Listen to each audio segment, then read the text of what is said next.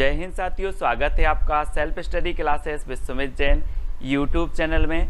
दोस्तों, हिंदी साहित्य की निरंतर ट्रिकी टेस्ट सीरीज चल रही है। रोज आपकी सुबह 9:30 पर ट्रिकी वीडियो आता है, जिससे हम आपकी हिंदी साहित्य के विभिन्न प्रकार की प्रश्नोत्तर, रचनाएं, सारी की सारी सब कुछ ट्रिकी वे में याद करवाने का प्रयास करते। ठीक है, तो रोज आपको सुबह 9:30 बजे है ना वीडियो आपको मिलता है। ट्रिकी वीडियो जरूर देखें, इसके पहले बहुत सारे वीडियो अपलोड हो चुके हैं, तो वो वीडियो जरूर देखें। ठीक है, तो दोस्तों स्टार्ट करते हैं आज का ये वीडियो, है ना। दोस्तों, आज का आपका जो पहला प्रश्न है कि भरत मिलाप की रचनाकार कौन है। अब भरत मिलाप की रचनाकार बताना है दोस्तों आपको कौन है। 4 विकल्प हैं और 2 सेकंड भी आपको दिए जाते हैं। फिर मैं आपको ट्रिक बताने वाला हूँ, थोड़ी सी हिंट देता हूँ कि भरत का मिलाप किससे हुआ था। किससे हुआ था? ईश्वर से हुआ था ना। भरत का मिलाप ईश्वर, है ना, श्री राम से हुआ था। तो भरत मिलाप के रचनाकार कौन होंगे? कौन होंगे? भरत का मिलाप ईश्वर से हुआ था, तो ईश्वरदास, यानी कि जो विकल्प नंबर आपका ए है वो बिल्कुल सही हो जाएगा। ठीक है, ऐसे ही याद हो जाएंगे दोस्तों आपको। अगला बताना है आपको, बांग्ला भाषा में रचित राम कथा का नाम क्या है। प्रश्न क्रमांक 2 कई बार एग्जाम में पूछा गया दोस्तों। अब 2 सेकंड आपको दिए जाते हैं, आपको उत्तर भी बताना है और मैं आपको ट्रिक भी बताऊंगा, है ना। यहाँ पर 2 चीजें हो रही हैं कि मैं आपको टेस्ट भी करवा रहा हूँ और ट्रिक से याद भी करवा रहा हूँ। तो जल्दी से बताएं, बांग्ला भाषा में रचित राम कथा का नाम क्या है। तो दोस्तों, आपको ऐसा नहीं लग रहा कि बांग्ला से क्या बनेगा? बांग्ला जिसमें आप क्या करते हो? बास करते हो। क्या करते हो? बास करते हो। तो बांग्ला भाषा में रचित जो राम कथा होगी वो कौन सी होगी? बास से कृतिवास रामायण, है ना। हमने याद कर लिया कि बांग्ला भाषा का आया तो बांग्ला में हम क्या करते हैं? बास, तो कृतिवास रामायण, यानी कि जो विकल्प नंबर आपका ये है वो बिल्कुल सही हो जाएगा। बिल्कुल सरल है, आप कभी नहीं भूल सकते। ठीक है, अगला है दोस्तों आपका, श्रृंगार रस के घोर विरोधी कौन से संत कवि हैं थे। तो 4 विकल्प हैं, 2 सेकंड भी आपको दिए जाते हैं दोस्तों। तो अब एक चीज बताना दोस्तों कि श्रृंगार की जरूरत किसे नहीं होती। आप बोलते ना कि खूबसूरत लोगों को सजने की जरूरत नहीं होती है ना।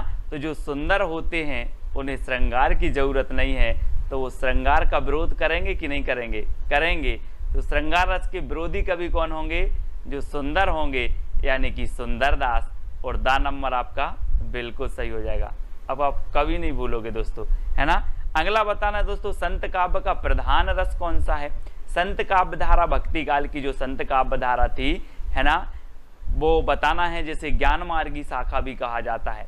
अब इसका जो प्रधान रस है वो कौन सा है। ये 4 विकल्प में 2 सेकंड आपको बताना। मैं आपको हिंट दे रहा हूं दोस्तों कि दुनिया में संत क्यों बनते हैं? आदमी क्यों बनते हैं? आत्म शांति के लिए, कि मुझे आत्म शांति मिलेगी, इस दुनिया की भाग दौड़ में कुछ नहीं रहा है। तो संत काव्य धारा में संत बने व्यक्ति तो आत्म शांति के लिए। तो संत काव्य का प्रथम जो प्रधान रस होगा वो कौन सा होगा?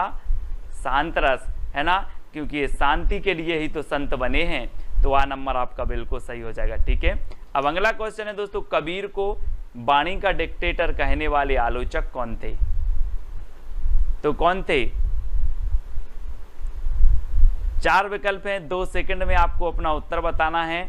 और फिर मैं आपको हिंट दे रहा हूं कि दोस्तों कबीर की वाणी थी ही ऐसी कि उन्हें वाणी का डिक्टेटर एक बार नहीं 1000 बार बोलो, 1000 बार बोलो तब भी वो वाणी के डिक्टेटर थे। 1000 बार बोलोगे तो हजारी प्रसाद द्विवेदी, है ना। वाणी के डिक्टेटर किसने बोला? हजारी प्रसाद द्विवेदी ने, क्योंकि वो वाणी के डिक्टेटर थे और उन्हें एक बार नहीं 1000 बार बोलेंगे तब भी वो वाणी के डिक्टेटर थे। ठीक है, याद रख लेना। अब अगला बताना दोस्तों, उज्ज्वल नीलमणि के रचनाकार कौन है। 4 विकल्प है, 2 सेकंड है आपके पास, उत्तर भी आपको बताना है। अगर बनता है तो कमेंट में उत्तर लिखते जाइए आप। उज्ज्वल नीलमणि की रचनाकार कौन है आपको बताना है। तो एक बताना दोस्तों कि आप लोग पढ़ते ना कि ज्यों ज्यों बूढ़े श्याम रंग त्यों त्यों उज्ज्वल होए, है ना। तो क्या हो रहा है? उज्ज्वल रूप, क्या हो रहा है? रूप उज्ज्वल हो रहा है। तो उज्ज्वल रूप हो रहा है, तो उज्ज्वल नीलमणि के रचनाकार कौन होंगे? कौन होंगे? रूप गोस्वामी, है ना, क्योंकि क्या हो रहा है, रूप उज्जवल हो रहा है। ठीक है, तो डी नंबर आपका बिल्कुल यहाँ पर सही आंसर हो जाएगा, है ना। अगला बताना दोस्तों, विशिष्टाद्वैतवाद के प्रवर्तक कौन है। 4 विकल्प हैं, 4 में से एक का चयन करना है, विशिष्टाद्वैतवाद के प्रवर्तक बताना है। और मैं आपको बता दूं कि इस संसार में विशिष्ट कौन है, कौन है विशिष्ट, राम, है ना, राम, है ना। तो विशिष्टाद्वैतवाद के कौन होंगे, रामानुजाचार्य, यानी कि जो विकल्प नंबर आपका 1 है वो सही है ना। यहाँ पर कहा कि सर संसार में विशिष्ट हैं कौन, राम, तो विशिष्टाद्वैतवाद के प्रवर्तक कौन माने जाएंगे, रामानुजाचार्य। ठीक है, यानी यह नंबर आपका बिल्कुल सही हो रहा है। अगर दोस्तों वीडियो आपको याद हो रहा है, प्रश्न याद हो रहे हैं, ट्रिक अच्छी लग रही है, तो वीडियो को लाइक करके अपने मित्रों तक शेयर जरूर करें। अब बीसल देव रासों के रचनाकार बताना है दोस्तों, बीसल देव, है ना, रासों के रचनाकार कौन होंगे, 2 सेकंड में आपको उत्तर बताना है। तो आपका बिल्कुल सही आंसर क्या हो जाएगा, क्या हो जाएगा, ये रचना कई बार पूछी गई है दोस्तों। और आपको बता दूं कि अजमेर के राजा के प्रेम प्रसंग या वियोग से संबंधित है ना। तो ये श्रृंगारिक रचना मानी जाती है और गीति काव्य मानी जाती है, बीसल देव रासो, है ना। और इसके जो रचनाकार हैं वो कौन है, नरपति नाल, है ना। और मैंने आपको कई बार याद करवाया है कि पति कितने नहीं होते, 20 नहीं होते, 1 होते हैं। तो बीसल देव रासो के रचनाकार कौन होंगे, नरपति नाल, है ना, नरपति नाल। इस प्रकार से याद रखेंगे। अब अगला बताना है दोस्तों, हिंदी का प्रथम दैनिक समाचार पत्र समाचार सुधावर्षण के संपादक कौन थे। समाचार सुधावर्षण, सबसे पहले तो ये चीज याद रखनी है कि ये हिंदी का प्रथम दैनिक समाचार पत्र था। ठीक है, और मैं आपको बता दूं कि इसका प्रकाशन हुआ था 1854 में। कहाँ से हुआ था, कलकत्ता से। ठीक है, कलकत्ता से हुआ था। लेकिन इसके संपादक कौन थे, तो ये चीज आपको बतानी है दोस्तों। एक चीज बताना जरा आप, कि जो आप समाचार देखते हो तो सुंदर सुंदर समाचार, है ना, आप चाहते हो यार सुंदर सुंदर समाचार मिल जाए, अच्छी अच्छी खन, है ना, सनसनी खबर मिल जाए, सुंदर सुंदर।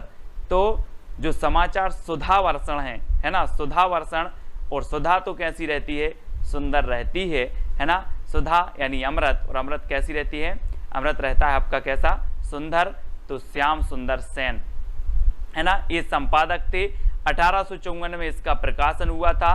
हिंदी का प्रथम दैनिक समाचार पत्र है और ये प्रकाशन हुआ था कलकत्ता से। तो ये चीज भी आपको याद रखनी है दोस्तों। अगला है, सूरदास के गुरु का नाम क्या था।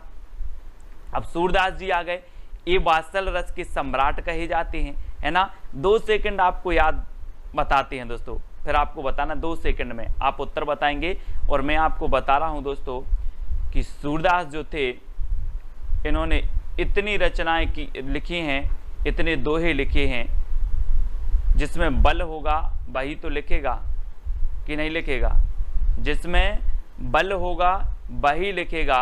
तो सूरदास जी के गुरु भी कौन होंगे, वल्लभाचार्य। और इन्होंने सूरदास को इतना बल दिया कि इन्होंने बहुत बहुत दोहे लिखे। और रामचंद्र शुक्ल ने तो इन्हें वात्सल रस का क्या कह दिया, सम्राट कह दिया। और है ना, और इन्हें दोस्तों कह दिया, क्या कह दिया कि जो सूरदास हैं वो क्या है, वात्सल रस का कोना कोना घुमाए हैं, है ना। इनके अलावा इस रस में इतनी प्रतिभा किसी में नहीं थी, सूरदास जी में। और सूरदास जी के जो गुरु थे वो कौन थे, वल्लभाचार्य, क्योंकि वल्लभाचार्य ने इतना बल भर दिया था सूरदास जी में। ठीक है, तो आपका विकल्प नंबर ए बिल्कुल सही हो जाएगा। पृथ्वीराज रासों के रचनाकार कौन है दोस्तों। अब दोस्तों यहाँ पर 2 सेकंड में आपको उत्तर बताना, फिर मैं आपको हिंट दे रहा हूँ, याद करवा रहा हूँ कि पृथ्वी की बात आई है तो पृथ्वी का एकमात्र उपग्रह कौन सा है, कौन सा है, चंद्रमा। तो पृथ्वीराज रासों के जो रचनाकार होंगे वो कौन होंगे, चंद्रमा से आपका बनेगा क्या, चंद्रबरदाई। चंद्रबरदाई यानी कि जो आ नंबर है बिल्कुल सही है। ये पृथ्वीराज रासो के कौन है, रचनाकार हैं। हिंदी का प्रथम महाकाव्य माना जाता है पृथ्वीराज रासो, और हिंदी के प्रथम महाकवि माने जाते हैं चंद्रबरदाई। ठीक है, तो ये चीज आपको याद रखनी है। चतुर्भुज दास के गुरु का नाम क्या था दोस्तों, चतुर्भुज दास।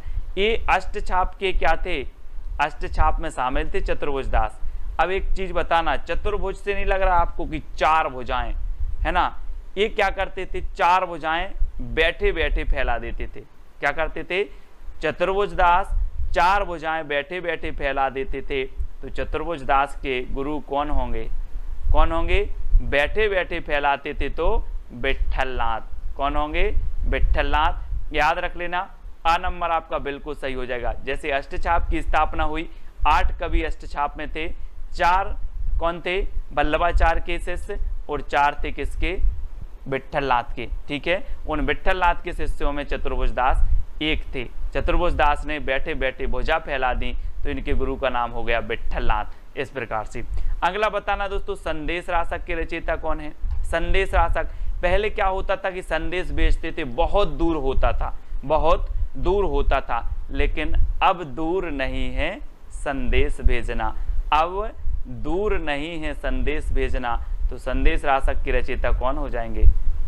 अब दूर नहीं है से अब्दुर रहमान, अब दूर नहीं है से अब्दुर रहमान, अब दूर नहीं है संदेश भेजना।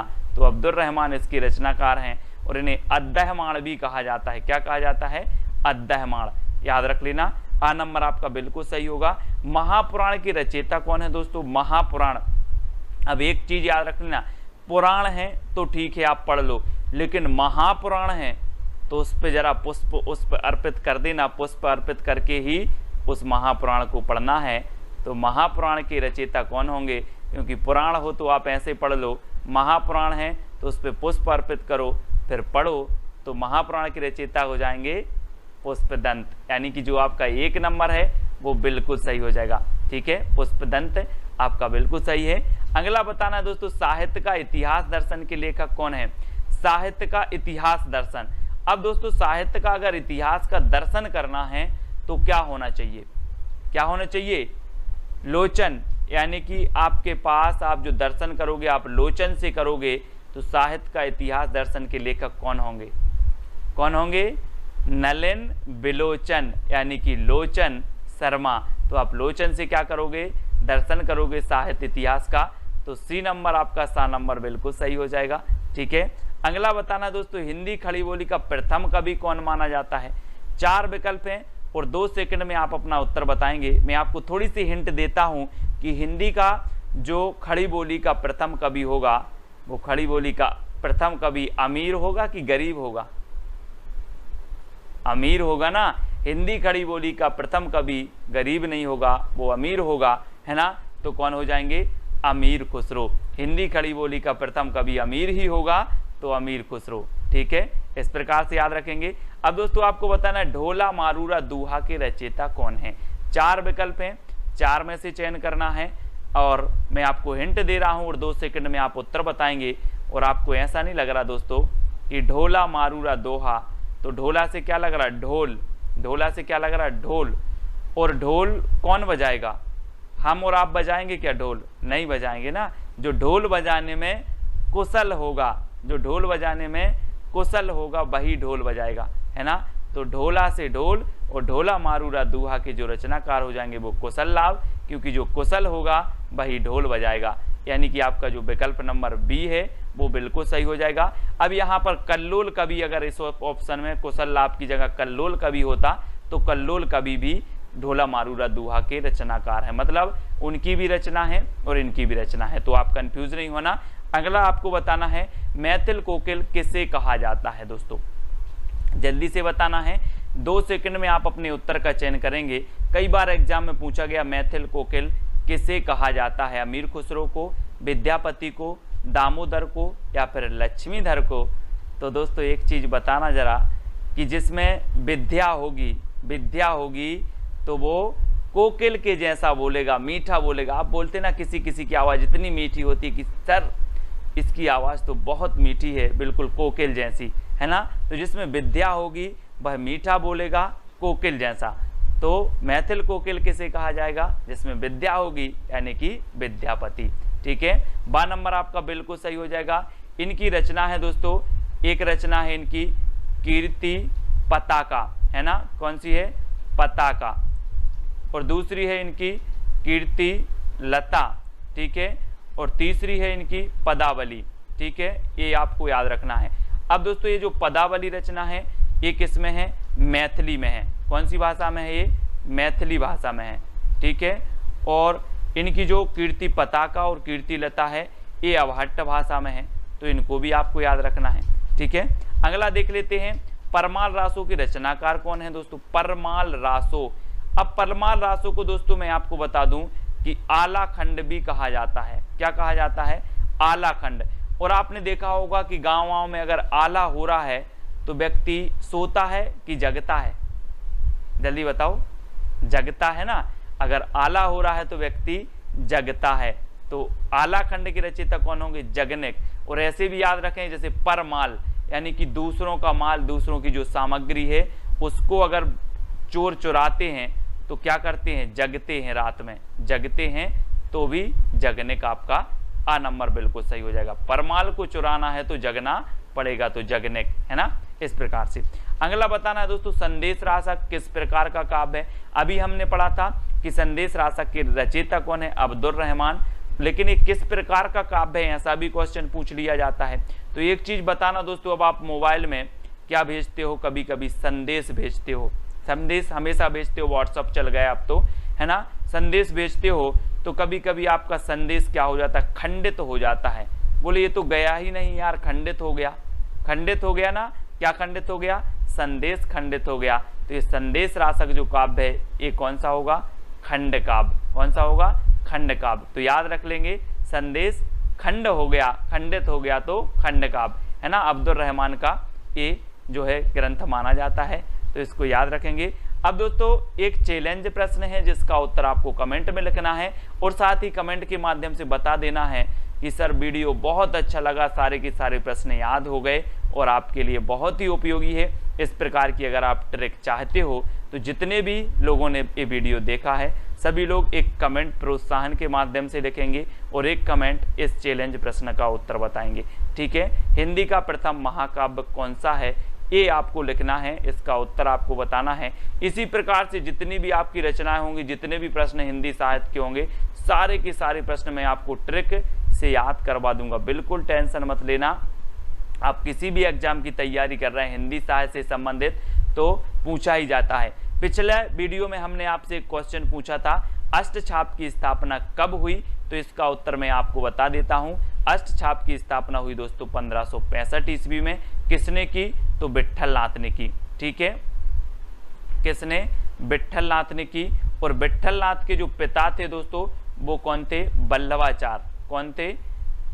बल्लभाचार्य। ठीक है, इस प्रकार से आपको याद रख लेना है, ये बल्लभाचार्य थे। और बल्लभाचार्य दोस्तों के गुरु कौन थे? तो विष्णु स्वामी थे। ठीक है, और बल्लभाचार्य के कितने शिष्य थे? तो 4 शिष्य थे जो अष्टछाप में, है ना, विट्ठलनाथ ने लिए थे 4 शिष्य ने। और 4 शिष्य कौन थे? विट्ठलनाथ के। तो इस प्रकार से अष्टछाप की स्थापना हुई थी 1565 ईस्वी में और की थी किसने? विट्ठलनाथ ने। ठीक है, तो ये चीज़ आपको याद रखनी है। और दोस्तों आपको टेलीग्राम ग्रुप से अवश्य जुड़ना है। टेलीग्राम ग्रुप है अपना, टेलीग्राम ऐप डाउनलोड करना, उसमें सर्च करना IAS स्टडी ट्रैक और ज्वाइन हो जाना। साथ ही ये व्हाट्सअप नंबर दिया है, तो हिंदी साहित्य का व्हाट्सअप ग्रुप भी है। उस ग्रुप से आपको अगर जुड़ना है तो आपको 9098609291 इस पर आप मैसेज करोगे, आपको लिंक मिल जाएगी। ठीक है, इंस्टाग्राम में आपको जुड़ना है तो self study classes Sumit Jain search करना है। फेसबुक में भी जुड़ने के लिए आपको सुमित जैन सर्च करना है। अब दोस्तों आप सब्सक्राइब जरूर करना और बेल आइकन को दबाना। ठीक है, बेल आइकन को दबाकर ऑल पर क्लिक आपको जरूर करना है ताकि ऑल वीडियो की इन्फॉर्मेशन आप तक पहुंचे। ठीक है, अब आपको बताना है कि वीडियो कैसा लगा। ठीक है, तो आज के वीडियो के लिए साथियों इतना ही। वीडियो को लाइक करें और शेयर अपने मित्रों तक जरूर करें। जय हिंद,